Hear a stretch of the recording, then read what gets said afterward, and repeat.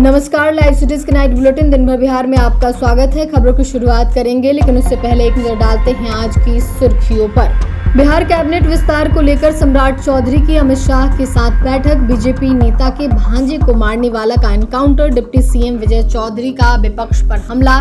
सरकार की zero tolerance नीति दोहराई। हर अपराध का बदला लेंगे बिहार के सम्राट, मांझी बोले। बिहार कैबिनेट विस्तार पर रामकृपाल यादव बोले, अब और समय नहीं लगेगा। पिता नीतीश कुमार का आशीर्वाद लेकर यात्रा पर निकले निशांत। निलंबित सभी 47 अंचलाधिकारियों को किया निलंबन मुक्त। कड़ी सुरक्षा के बीच नीट यूजी एग्जाम। बिहार के 1,60,000 छात्र शामिल। बिहार के कई जिलों में आंधी बारिश का दौर। नेपाल राजी बिहार को कोसी गंडक की तबाही से मिलेगी बड़ी राहत। अब खबरें विस्तार से। बिहार के मुख्यमंत्री सम्राट चौधरी ने मंत्रिमंडल विस्तार को लेकर दिल्ली में केंद्रीय गृह मंत्री अमित शाह और अन्य वरिष्ठ नेताओं के साथ महत्वपूर्ण बैठकें की। इस बैठक के बाद माना जा रहा है कि बिहार कैबिनेट विस्तार की रूपरेखा पर अंतिम मुहर लग गई है। दिल्ली में उनका पूरा दिन मुलाकातों और बैठकों से लबरेज रहा। रक्षा मंत्री राजनाथ सिंह, रेल मंत्री अश्विनी वैष्णव से मुलाकात कर इंफ्रास्ट्रक्चर और रेल परियोजनाओं पर चर्चा की गई। वहीं केंद्रीय मंत्री ललन सिंह से भी उनकी मुलाकात हुई। 6 मई को प्रस्तावित मंत्रिमंडल विस्तार से पहले यह दौरा निर्णायक मोड़ साबित हो सकता है।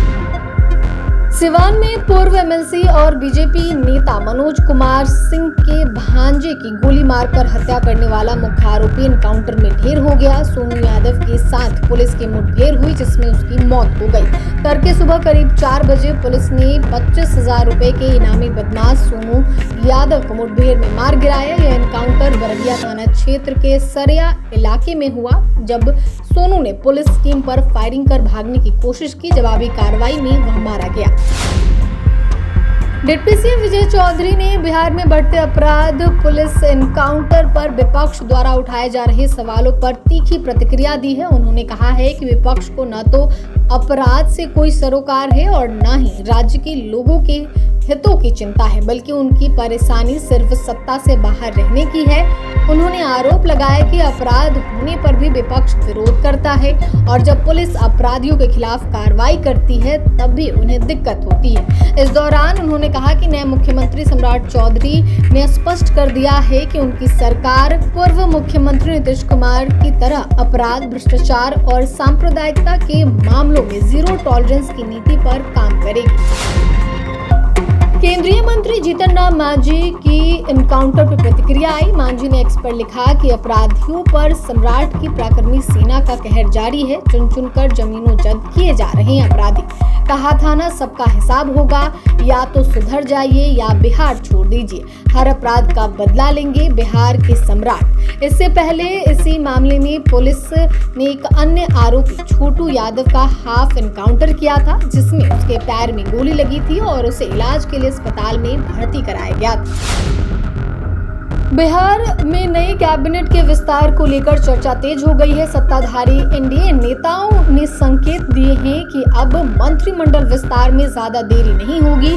भाजपा नेता रामकृपाल यादव ने कहा कि कैबिनेट विस्तार तय है और जल्द ही होने वाला है। उन्होंने कहा कि फिलहाल सिर्फ 3 मंत्री काम कर रहे हैं, ऐसे में सरकार का विस्तार होना स्वाभाविक है।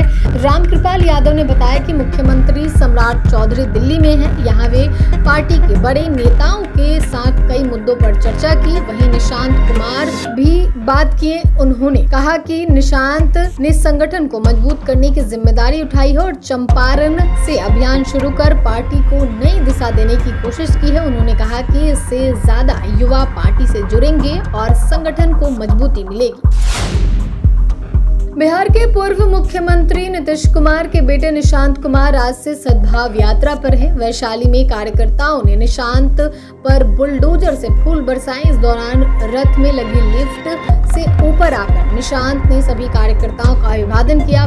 निशांत पहले दिन बेतिया, पश्चिम चंपारण के क्षेत्रों में गए हैं। 4 मई को वाल्मीकि नगर में जंगल सफारी भी करेंगे। उनके साथ श्रवण कुशवाहा और प्रदेश अध्यक्ष उमेश कुशवाहा भी मौजूद हैं। यात्रा के दौरान जदयू कार्यकर्ता काफी उत्साहित दिखे। यात्रा शुरू करने से पहले उन्होंने 7 सर्कुलर रोड में पिता नीतीश कुमार से आशीर्वाद लिया। इसके बाद वे जदयू कार्यालय पहुंचे। इस दौरान कार्यकर्ताओं ने शंखनाद और बिगुल बजाकर स्वागत किया। कहा, निशांत बिहार के अगले सीएम होंगे। जदयू कार्यालय में निशांत ने कहा कि हमने इसका नाम सद्भाव यात्रा दिया है। इसका मतलब सबको साथ लेकर चलना है।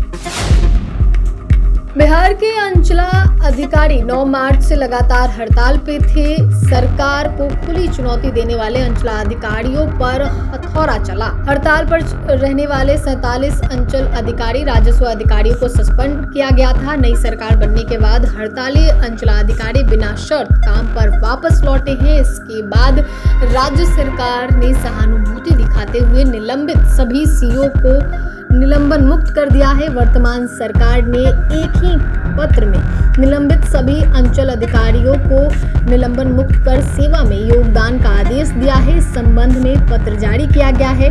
सरकार के पत्र में कहा गया है कि बिहार राजस्व सेवा के कुल 47 अंचल अधिकारी, राजस्व अधिकारी के अवकाश में रहने से राजस्व संबंधित कार्य प्रभावित हो रहा था। इस आलोक में इन सभी को निलंबित किया गया और प्रमंडलीय आयुक्त कार्यालय पूर्णिया मुख्यालय बनाया गया था। एनटीए द्वारा नीट यूजी परीक्षा आयोजित की गई। यह परीक्षा भारत के 551 शहरों और विदेश के 14 शहरों में 5432 से ज्यादा केंद्रों पर लगभग 22.79 लाख रजिस्टर्ड उम्मीदवारों के लिए आयोजित हुई। परीक्षा केंद्रों पर निगरानी के लिए 6000 से ज्यादा पर्यवेक्षक तैनात किए गए थे। हर परीक्षा केंद्र पर केंद्र अधीक्षक और निरीक्षक की ड्यूटी लगाई गई थी। जिला प्रशासन, पुलिस बल और स्क्वाड टीमों के जरिए सुरक्षा के कड़े इंतजाम थे। बिहार के 35 जिलों में 150 से अधिक परीक्षा केंद्र बनाए गए, जहां करीब 1,60,000 अभ्यर्थी एग्जाम में शामिल हुए। सेंटर पर छात्रों को कड़ी चेकिंग के बाद अंदर जाने दिया गया। मुजफ्फरपुर में छात्राओं को नोज पिन उतरवाई गई। वहीं छात्रों की मेटल डिटेक्टर से जांच की गई। जूते के बिना एंट्री दी गई। बिहार के कई जिलों में आंधी बारिश का दौर जारी है। मौसम विभाग की माने तो बिहार के लोगों को यह राहत अभी आगे भी मिलने वाली है। आंधी बारिश और मौसम सुहाना होने वाला है। ये सिलसिला जारी रहेगा। मौसम विभाग ने 8 तारीख तक का पूर्वानुमान जारी किया है। 4 मई को चंपारण, गोपालगंज, सिवान, सारण में अनेक स्थान पे बारिश का अनुमान है। 5, 6, 7 और 8 मई को भी इन जगहों पर बारिश का पूर्वानुमान है। सुपौल, अररिया, किशनगंज, पूर्णिया, कटिहार, मधेपुरा और सहरसा में भी 8 मई तक बरसात का पूर्वानुमान है। कोसी और गंडक से बिहार में होने वाली तबाही पर नेपाल में मंथन हुआ। भारत नेपाल के बीच कई मसलों पर सहमति बनी। गंडक परियोजनाओं की संयुक्त समिति की 2 दिवसीय 11वीं बैठक 30 अप्रैल 1 मई को नेपाल की राजधानी काठमांडू में हुई। बैठक में भारत नेपाल के बीच कोसी एवं गंडक परियोजनाओं से संबंधित लंबे समय से चल रहे विभिन्न तकनीकी और प्रशासनिक मुद्दों पर विमर्श किया गया। कोसी बैराज पर वाहनों की गति सीमित की जाएगी। बाढ़ अवधि में कोसी नदी का जलस्राव अत्यधिक रहने पर स्थानीय नागरिकों द्वारा कोसी बैराज पर लकड़ी निकालने, मछली मारने इत्यादि अन्य गतिविधियों के कारण बैराज की सामान्य संचालन में हो रही बाधा को दूर करने का आश्वासन नेपाली पक्ष के द्वारा दिया गया है।